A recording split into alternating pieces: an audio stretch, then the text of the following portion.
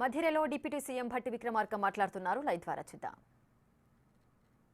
అరే మీది వారంటీ అయిపోయింది, గ్యారంటీ అయిపోయింది, ఎక్స్పైరీ కూడా అయిపోయింది. ఎక్స్పైరీ డ్రగ్ లాగా మీరు కాంగ్రెస్ పార్టీ గురించి వారంటీ లేదు, గ్యారంటీ లేదనంటే ప్రజలు కాంగ్రెస్ పార్టీతోనే గ్యారంటీ ఉంది అని చెప్పి పెద్ద ఎత్తున కాంగ్రెస్ పార్టీకి ఓట్లేసి గెలిపించారు.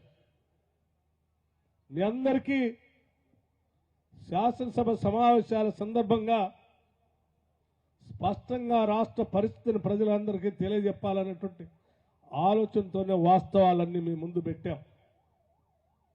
రాష్ట్ర ఆర్థిక పరిస్థితిని కానీ లేకపోతే కరెంటు పరిస్థితిని కానీ ఈ రాష్ట్రంలో ఉన్నటువంటి పరిస్థితి గత 10 ఏళ్లుగా ఈ రాష్ట్రాన్ని ఏ రకంగా ఆర్థిక అరాచకత్వం చేశారో స్పష్టంగా లెక్కలతో సహా బయటపెట్టాం.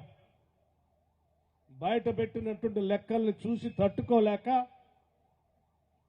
ఆ లెక్కలతో రాష్ట్ర ప్రజలందరికీ వీళ్ళు చేసినటువంటి దోపిడీ అర్థమైన తర్వాత భయానికి ఈరోజు కాంగ్రెస్ పార్టీ ప్రకటించిన 6 గ్యారెంటీలు చేయరని చెప్పి అక్కడక్కడ మాట్లాడుతూ ఉన్నాం.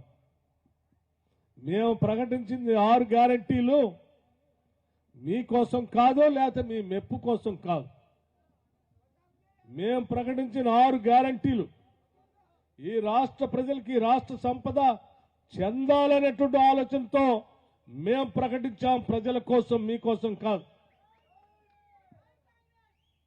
అది మా సంకల్పం. ఈ రాష్ట్రంలో ఉన్నటువంటి ప్రతి పైసా రాష్ట్ర ప్రజలకే చెందాలి.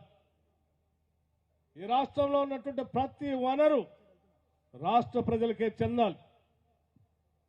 పాలకులు లేకపోతే పాలకుల పక్కన ఉన్నటువంటి కొద్ది మందికో చెందేటట్టుగా ఈ రాష్ట్ర పాలన ఉండదు, ఉండపోదని మాత్రం చాలా స్పష్టంగా చెప్తా ఉన్నాం.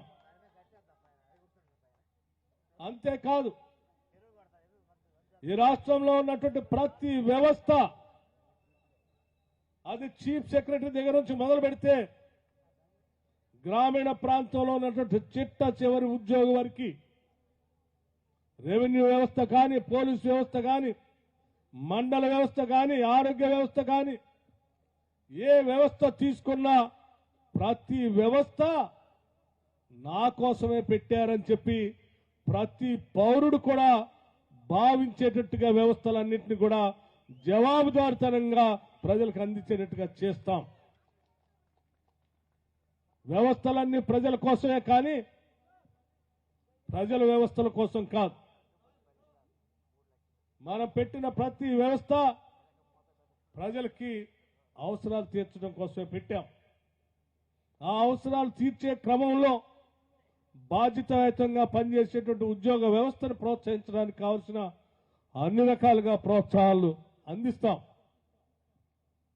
బాధ్యతారహిత్యంగా భావించేటువంటి వాళ్ళు ఎవరైనా ఉంటే వాళ్ళకు కూడా ఏ రకంగా సమాధానం చెప్పాలో కూడా చెప్తాం. అంతిమంగా మేము కానీ మీరు కానీ అందరం ప్రజలకు జవాబుదారితనంగా ఉండేటట్టుగా పనిచేయాలని చెప్పి మేము స్పష్టంగా ఈ రాష్ట్ర ప్రభుత్వ యంత్రాంగానికి కూడా స్పష్టంగా చెప్పాం.